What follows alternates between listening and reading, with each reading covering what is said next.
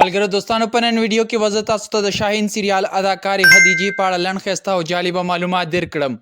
ملګرو که تاسو د خدیجه په نوم یا د جانسو په نوم باندې پیژنئ نو دا ویډیو خاص تاسو لپاره ده.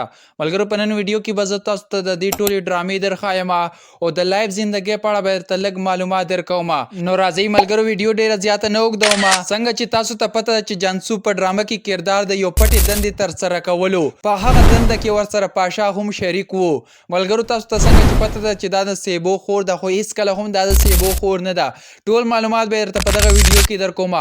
او دویمه خبره را یاده شوه که تاسو هم د پاشا په اړه معلومات ترلاسه کول غواړئ نو ملګرو پاشا وفات شوی دی اول نه درته وایم. او که مکمل معلومات یې ترلاسه کول غواړئ نو دا زموږ د یوټیوب چینل دی سمی سکیل HUB په دغه کې ما ویډیو اپلوډ کړی دی. دغه یو ویډیو ده نو لاړ شئ دا ویډیو وګورئ او د کمپلیټ معلوماتو څخه ځان خبر کړئ. نو راځئ په نن ویډیو کې زه تاسو ته د جانسو د لایف زندګي او ډرامو په اړه معلومات درکوم. خو د هغې نه مخکې درنه د یوه غوښتنه لرم که تر اوسه پورې تاسو زموږ د یوټیوب چینل نه وي سبسکرایب کړی نو مهرباني وکړئ سمی سکیل HUB دا زموږ د یوټیوب چینل دی دا سره سبسکرایب کړئ او بیل آیکن در سره پریس کړئ چې راتلونکي ښایسته او خوندورې ویډیوګانې تاسو ته پر وخت میلاویږي. نو راځئ شروع کوو ویډیو. ملګرو دوستانو تر ټولو مخکې به درته ووایم چې د شاهین سریال اداکارې جانسو خپل اصلي نوم اوزلیم اوچلماز دی. په 31 اکتوبر 1989 کې د ترکیې په استنبول خوره کې پیدا شوې ده چې اوس مهال یې عمر 36 سال دی. ملګرو د جانسو قد 177 میټر دی او وزن یې 58 کیلوګرام دی. خو دویمه خبره را یاده شوه زیات ملګري مانه کمنټس کوي مانه تپوس کوي چې ملا بهی ته څنګه پوهیږي د دې په وزن باندې په قد باندې او په عمر باندې. نو ګرانو ملګرو کله چې یو کس مشهور شي یو کس ډرامې ته راوځي یا فلم ته راوځي نو د هغې د هر څه معلومات راخلي او بیا یې په ویب سایټو کې شیر کوي. یعنی که یو کس چېرته کې سرکاري برتي کېږي نو د هغه د وزن قد عمر کورنۍ هر څه معلومات ترلاسه کړي د هغې نه بعد بیا نوکر شي.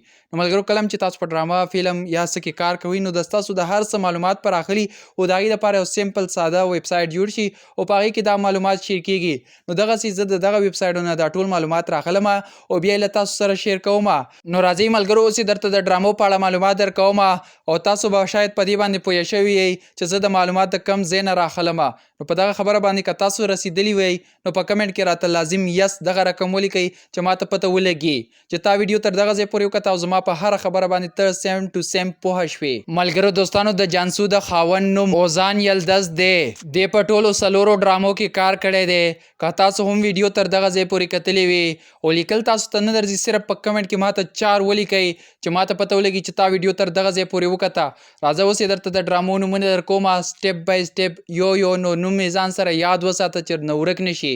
ملګرو پیلنی سریال چې کوم راغلی دی هغه د شاهین سریال په نوم دی. تاسو به هم کتلی وي که کتلی مو وي نو په کمنټ کې یو سور دل لازم راولیږئ. ملګرو دوستانو دا سریال دویم نمبر دی دغه دریم نمبر دی او دا څلورم نمبر دی. ملګرو دوستانو ما تاسو ته د شاهین سریال اداکارې جانسو د ټولو څلورو ډرامو په اړه معلومات درکړل. په کمنټس کې راته لازم وایي ویډیو څنګه وه او راځئ اوس یې راسره د 2015 کال نوي انځورونه وګورئ.